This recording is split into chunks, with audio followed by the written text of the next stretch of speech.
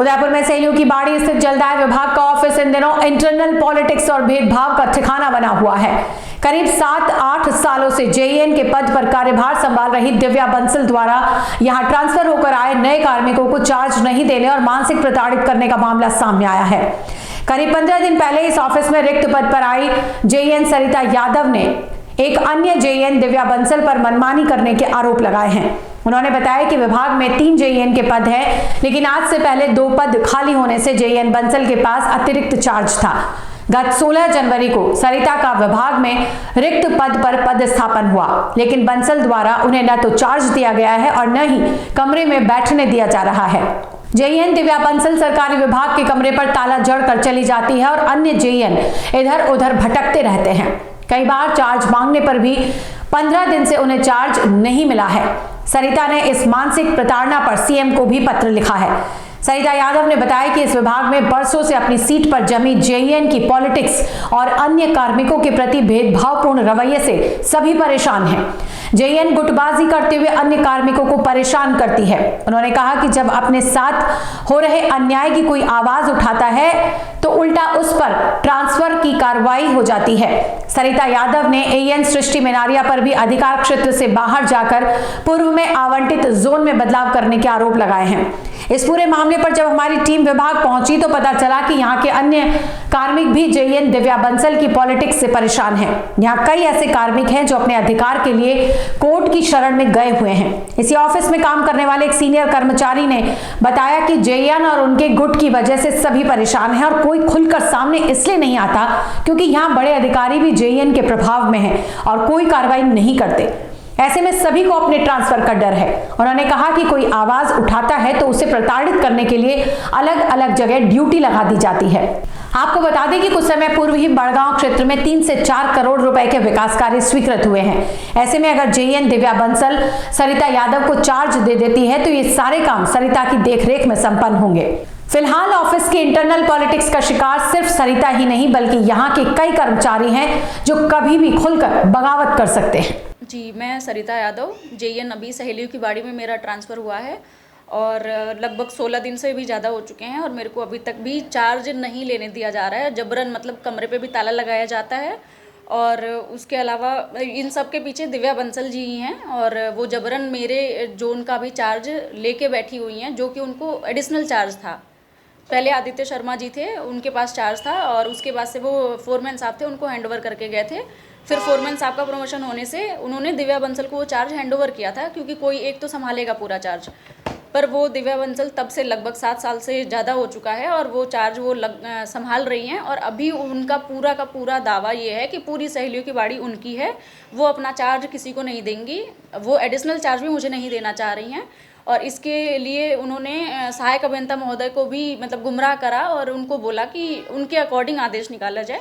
जो मेरे जोन से संबंधित कार्य क्षेत्र हैं वो सारे एरियाज़ जो हैं वो दिव्या बंसल के नाम पे डाले जा रहे हैं और मुझे जो दिव्या बंसल द्वारा संभाला जा रहा था उनमें से भी पूरा एरिया वो नहीं दिया जा रहा, मतलब पूरा जोन नहीं अदला बदला किया जा रहा है। जोन के हिस्सों को आपस में तोड़ मरोड़ कर इधर से उधर किया जा रहा है। एक तो ये चीज़ हो रही है और दूसरा ये कि मुझे बोल रहे हैं कि और इसके लिए सृष्टि मैडम ने आदेश निकाला, जो एएन है, जो कि वो निकाल नहीं सकती हैं क्योंकि उनके अधिकार क्षेत्र से बाहर का कार्य है। ये मंत्री महोदय या चीफ इंजीनियर या जो भी हैं ऊपर के अधिकारियों के लेवल से होने वाली चीज़ है। और वैसे जोन का निर्धारण 2009 में ही हो चुका था एक आदेश के तहत, पर ये उसके खिलाफ जाके निकाल रहे हैं चीज़ें और पूरा का पूरा जोन नहीं दे रहे हैं, उसमें फेरबदल कर रहे हैं, जो कि इनके अधिकार क्षेत्र में नहीं आता है।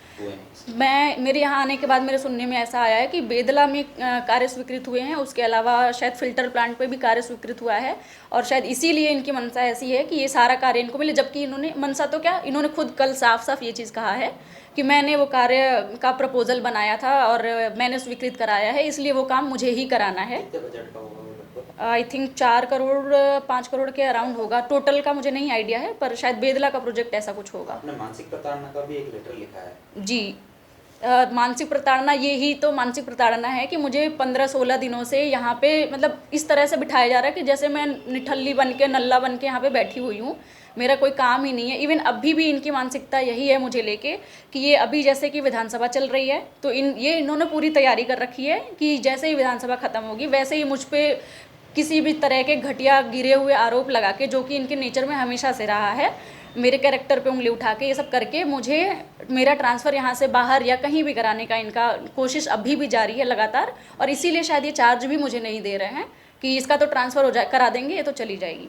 भैया मेरे को 35-36 साल जॉब में हो गए हैं और पर्टिकुलर 15 या 20 साल से मैं सैलरी की बाड़ी में हूँ। और शिकायत जो आ रही है वो वाजिब आ रही है, चिनाई शिकायत है।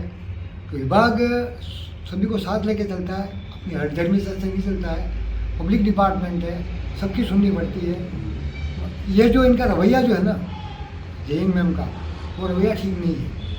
ऑफिस जो होता है पर्टिकुलर किसी एक व्यक्ति का नहीं होता है, मतलब 2 जेएन और हैं तो बाहर भटके खा रहे हैं। उसके अलावा भैया मेरे ये समझ में नहीं आता कि उन उच्च अधिकारी को क्या हो गया, हमारे एक्शन साहब को क्या हुआ है, एसी साहब को क्या हुआ है, ये संज्ञान ले सकते हैं।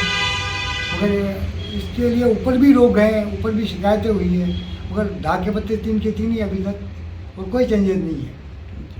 किस तरह की राजनीति यहाँ पर क्यों परेशान करते हैं लोगों को? कोई कारण हो इसके पीछे, या कोई अपनी गुटबाजी चलाना चाहता हो? राजनीति गुटबाजी राजनीतिक पॉलिटिकल प्रेशर है, उस हिसाब से मतलब हर आदमी है शिकायत भी लेके जाता है तो भाई पहले 2 बार 5 डेवड़े में लगोगे, तो भाई आप इमीडिएट आइए ना, वो आप उसका निर्णय करें। आज जेएन ने अपने कमरे में ताला लगा रखा है, कोई शिकायत करता है या आता है, कोई पीड़ित आ रहा है किसी काम से, वो कहाँ जा रहा है, फिर क्या हो रहा है उसके साथ? सर वैसे बाहर किसी को लगा रखा होगा, कहाँ जा रहा है वो तो भगवान मालिक है, भगवान ही मालिक है। बाहर कोई बैठे मुझे लिखवा देंगे, नहीं तो बैठे के वापस जाएंगे। तो यहाँ पे जितने भी कर्मचारी हैं उनके साथ क्या इनके द्वारा पक्षपात किया जाता है, या पक्षपात तो सर यही जा रहा है ना, भाई जिसको जाने लगा ना वहाँ लगा दो। ज़्यादा कोई बोल रहा है, कोई ऊँची बात, जैसे मेरे जैसा बंदा स्पष्ट बोलेगा तो तेरे को वहाँ लगा दिया। जैसे मेरे को मेंटेनेंस में लगाया, मैं पंप ड्राइवर हूँ, मैंने 2 महीने मेंटेनेंस में काम किया है। तो यानी एक महीने में 3 बार किसी को जगह चेंज कर देना।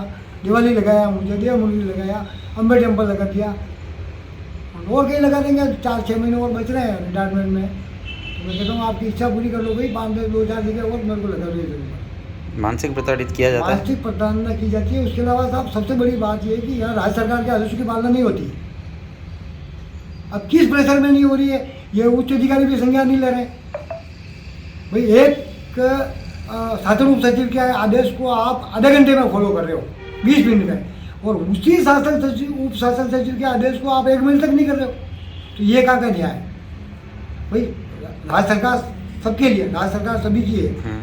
और जो आदेश आप आधे घंटे में फॉलो कर रहे हो एक के लिए, तो वो दूसरे के लिए आप उसको फॉलो नहीं कर रहे हो, कोर्ट के आदेशों की पालना नहीं कर रहे हो। उच्च अधिकारी कभी कुछ नहीं बोलते हैं? अब उच्च अधिकारी क्या है, एक दूसरे के ऊपर ढोल देगा, ऊपर वाला जाएगा वो नीचे वाले को ढोल देगा, वो उसके तीसरे वाले को ढोल देगा, और वापस घूम फिर के बात होगी हो जाएगी। और ये चलते चलते साहब 6 महीने हो गए इस ऑफिस के अंदर। कितना स्टाफ है और कितने लोग परेशान हैं इनकी हठधर्मिता से? सर ये तो अब लोग खुल के कोई बोलना नहीं चाहते, हर आदमी लड़ता है अधिकारी से।